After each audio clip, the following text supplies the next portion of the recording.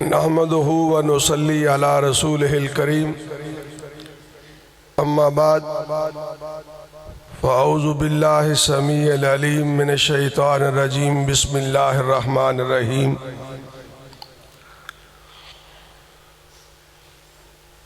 ومن یطع الرسول فقد اطاع اللہ صدق اللہ العظیم۔ حضرات گرامی قدر، آج مدت مدید کے بعد ڈاکٹر عبدالرحمن صاحب کے حکم پر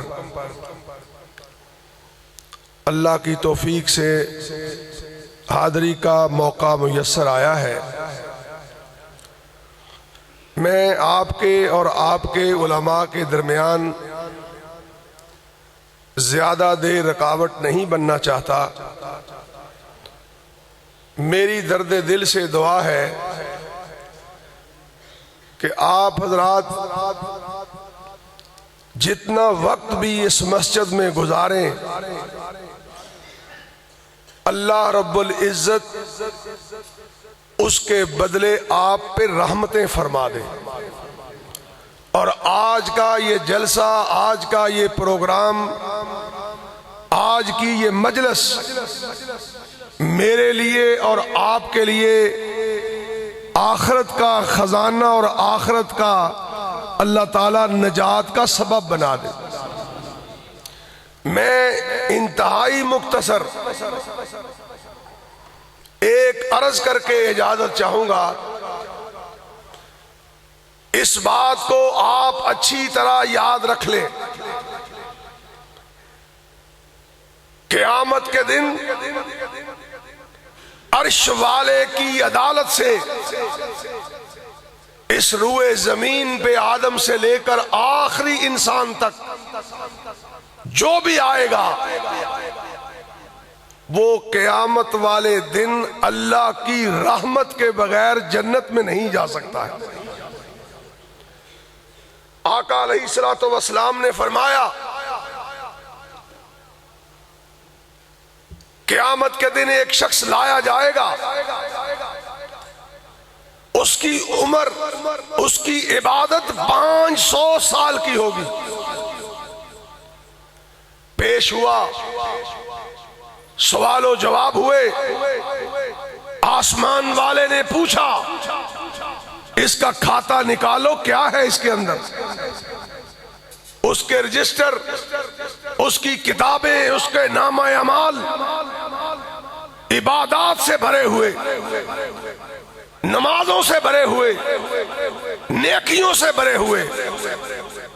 اللہ رب العزت دیکھ کر فرمائیں گے کہ جاؤ اسے میری رحمت سے جنت الاٹ کر دو۔ آگے سے سوال کرتا ہے، آقا فرماتے ہیں کہ اے عرش والے رب، آج اگر تیری رحمت سے مجھے جنت کا داخلہ نصیب ہو رہا ہے تو میری 500 سالہ عبادت کہاں گئی؟ میری نمازیں کہاں گئیں؟ میرے صدقہ و خیرات کہاں گئے؟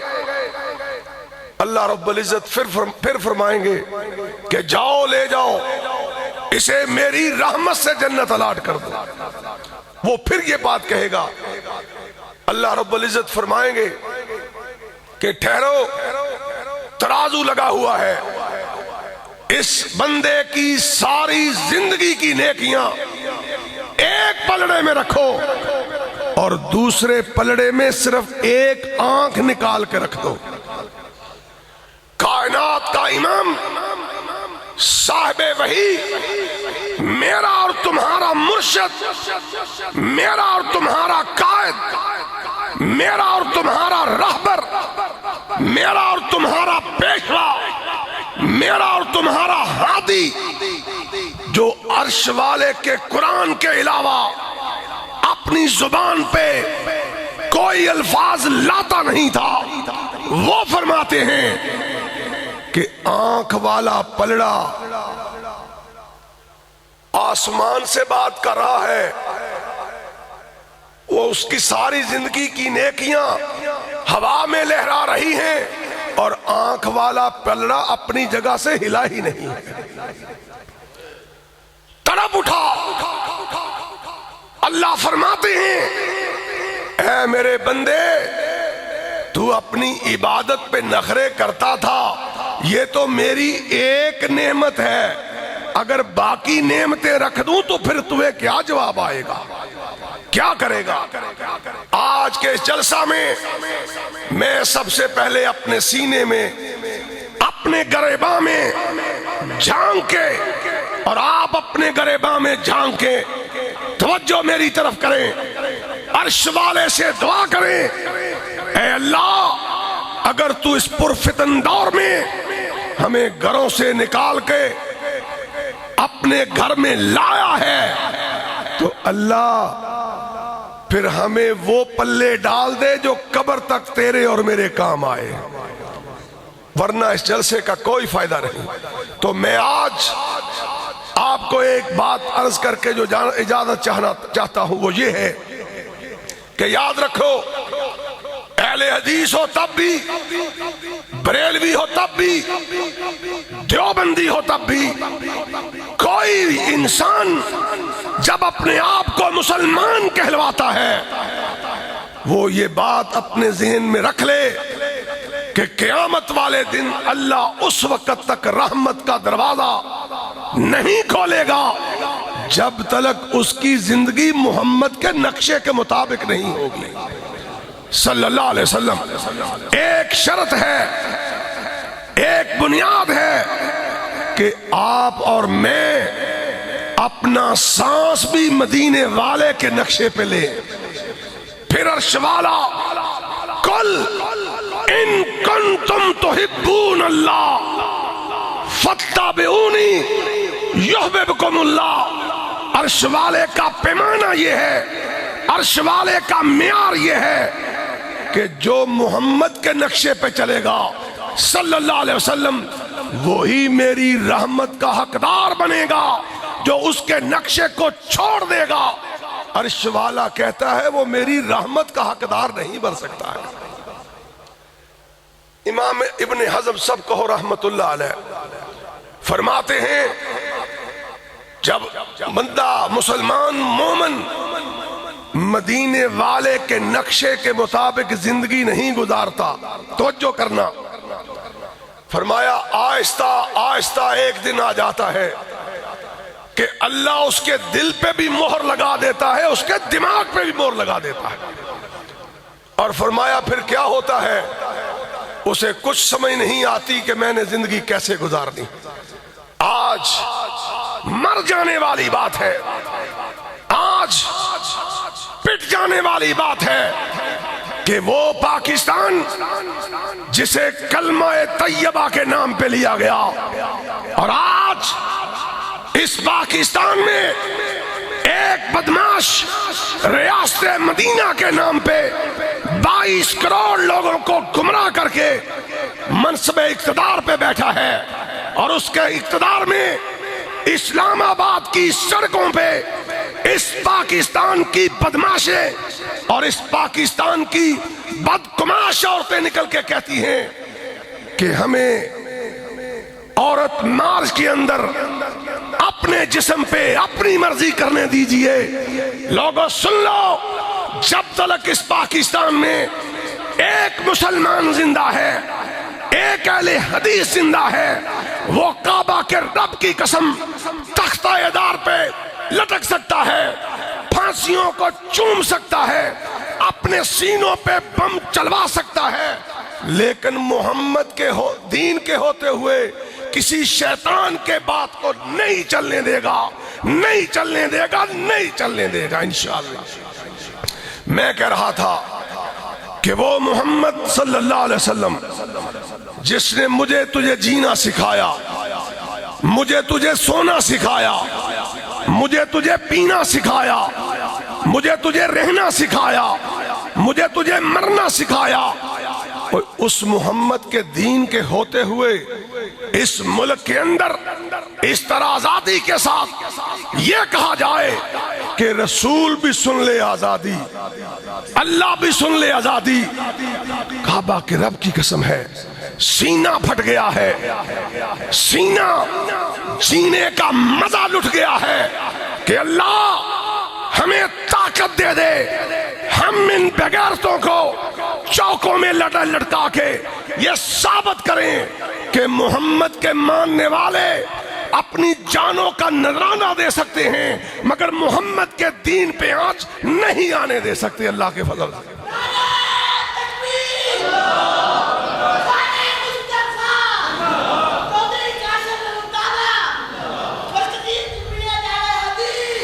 میں آخر میں یہ عرض کرنا چاہتا ہوں کہ لوگوں سن لو، وہ اہل حدیث اپنے آپ کو مبارک اہل حدیث سمجھ لے، جس کا گھر نبی کی سنتوں سے بھرا ہے، جس کا صبح کا اٹھنا آقا کے نقشے کے مطابق ہے، جس کا رات کا سونا آقا کے نقشے کے مطابق ہے، جس کا بازار میں چلنا آقا کی سنت کے مطابق ہے، جس کا بازار میں لین دین آقا کی سنت کے مطابق ہے۔ اگر کعبہ کے رب کی قسم میں اور تم آقا نکال دیں تو یاد رکھنا تمہیں رب بھی کبھی نہیں مل سکتا ہے۔ رب بھی تمہیں تب ملے گا جب تم آقا کی سنت کو اپنے چہروں پہ سجا کے نکلو گے، اس کے دین کے نقشوں کو اپنا کے نکلو گے۔ پھر اللہ کہتا ہے تم زمین پہ قدم مارو گے، میں تمہارے جوتوں کی آوازوں کو جنتوں تک پہنچا دوں گا۔ سبب صرف یہ ہے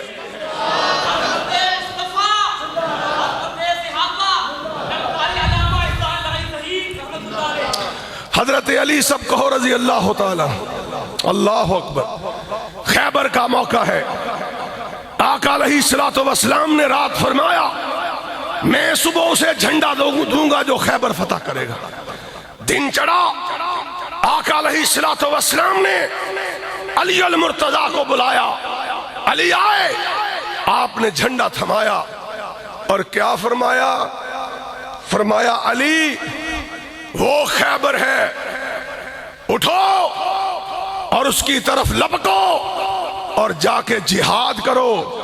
پر علی پیچھے پلٹ کے دیکھنا نہ، چلتے جانا، چلتے جانا۔ اللہ اکبر۔ علی کیا فرماتے ہیں؟ میں نے جھنڈا پکڑا اور خیبر کی طرف قدم اٹھایا، ابھی قدم اٹھائے ہی تھے تو دل میں خیال آیا کہ میں نے آقا سے یہ تو پوچھا ہی نہیں کہ جہاد کرنا کب تک ہے، کب تک کرنا ہے۔ علی فرماتے ہیں میں نے سوچا پیچھے پلٹوں اور آقا سے پوچھوں کہ آقا یہ جہاد کب تک کرنا ہے، لیکن ساتھ ہی کہتے ہیں میرے دل میں خیال آیا علی تمہیں اس نے کہا ہے کہ پیچھے پلٹ کے نہ دیکھنا جس کی بات اللہ کی بات ہے، وَمَن يُطِعِ الرَّسُولَ فَقَدْ أَطَاعَ اللَّهَ، کہ اگر تم نے اس کی مان لی تو سمجھ لینا عرش والے کی مان لی ہے۔ علی کیا کہتے ہیں؟ میں نے اپنے سوال کو بلند آواز سے پوچھا کہ اللہ کے رسول میرا سوال ہے کہ علی نے کب تک خیبر میں لڑنا ہے؟ علی کہتے ہیں جب میں نے سوال پوچھا تو آقا نے بھی بلند آواز سے فرمایا علی جب تک خیبر فتح نہیں ہو جاتا، یہودیت مٹ نہیں جاتی، اسلام کا خیبر پہ غلبہ نہیں ہو جاتا، تو نے اس وقت تک لڑتے رہنا ہے۔ اہل حدیثو، یہ ہے علی اہل حدیث، یہ ہے اہل سنت کہ سوال دل میں آیا کہ ابھی پوچھا ہی نہیں کہ کب تک لڑنا ہے، لیکن ساتھ ہی احساس پیدا ہوا کہ جس سے پوچھنا ہے اس نے کہا تھا کہ پلٹ کے دیکھنا گوارا نہ کرنا، پلٹ کے دیکھنا گوارا نہ کرنا۔ عبداللہ ابن مسعود، آخری بات سنو، چھوٹا سا چھوٹی چھوٹی پنڈلیوں والا صحابی ہے، دبلا بتلا جسم ہے اور جمعے کا دن ہے، آقا علیہ الصلوۃ والسلام خطبہ ارشاد فرما رہے ہیں۔ کیا دیکھا کہ مسجد کے صحن میں کچھ لوگ کھڑے باتیں کر رہے ہیں، آپ نے سختی سے فرمایا کہ بیٹھ جاؤ، خطبے کا احترام ہوتا ہے، کیوں کھڑے باتیں کر رہے ہو؟ اللہ اکبر۔ لوگوں اسی اسنا میں یہ وہ عبداللہ ابن مسعود ہے کہ ایک دن مسواک اتار رہے تھے، حدیث میں آتا ہے کہ ہوا تیز تھی، عبداللہ کا جسم دبلا پتلا تھا، سوکی سوکی پڈلیاں تھی اور لڑکھڑا رہا تھا۔ صحابہ مسکرائے، یا رسول اللہ دیکھیں عبداللہ کا عالم کتنا کمزور ہے، ہوا چلی کانپ رہا ہے۔ آقا نے فرمایا لوگو سن لو، تمہیں میرے عبداللہ کی پنڈلی کے وزن کے بارے میں کوئی علم نہیں ہے۔ قیامت کا دن ہوگا، عرش والا میرے عبداللہ کی پنڈلی کو ترازو کے ایک پلڑے میں رکھے گا اور دوسرے پلڑے میں احد پہاڑ کو رکھے گا، اور فرمایا عبداللہ کی پنڈلی پھر بھی بھاری نکلے گی، بھاری نکلے گی۔ یہ وزن، یہ عظمتیں، یہ رفتیں، یہ بلندیاں، یہ شان، یہ شوقتیں اگر دیکھنی ہیں تو جنت البقیع میں جا کے احسان اللہ ظہیر کی قبر کو دیکھ لو، اور دیکھو ہم نہ قبر فروش ہیں نہ قبر پرست ہیں، لیکن نشان دے کے جا رہے ہیں کہ جو محمد کے دین کے لیے مرتا ہے اللہ پاکستان سے اٹھا کے جنت البقیع لے جاتا ہے۔ یہ عظمت ملتی ہے تو کائنات کے امام کی محبت کیسے پسند ملتی ہے۔ کیا فرمایا؟ فرمایا لوگوں بیٹھ جاؤ۔ اسی اسنا میں عبداللہ ابن مسعود مسجد سے اندر داخل ہو رہے تھے، ایک قدم مسجد کے اندر ہے، ایک قدم مسجد کے باہر ہے۔ لوگوں اسی دروازے کی چوکھٹ میں ہی بیٹھ جاتے ہیں، نہ باہر والا قدم اندر لائے نہ اندر والا قدم باہر لے کے گئے۔ آقا نے فرمایا عبداللہ کہاں بیٹھ گئے ہو، کیا ہوا ہے، آگے آؤ۔ کھڑے ہو کے کہا اللہ کے رسول، جب سے قرآن میں پڑھا ہے کہ عرش والے کے حکم کے آنے کے بعد یا مدینے والے کے حکم کے آنے کے بعد آگے ایک قدم نہ اٹھانا، میں نے مناسب سمجھا کہ جہاں آپ کا حکم ملا ہے وہیں بیٹھ جاتا ہوں۔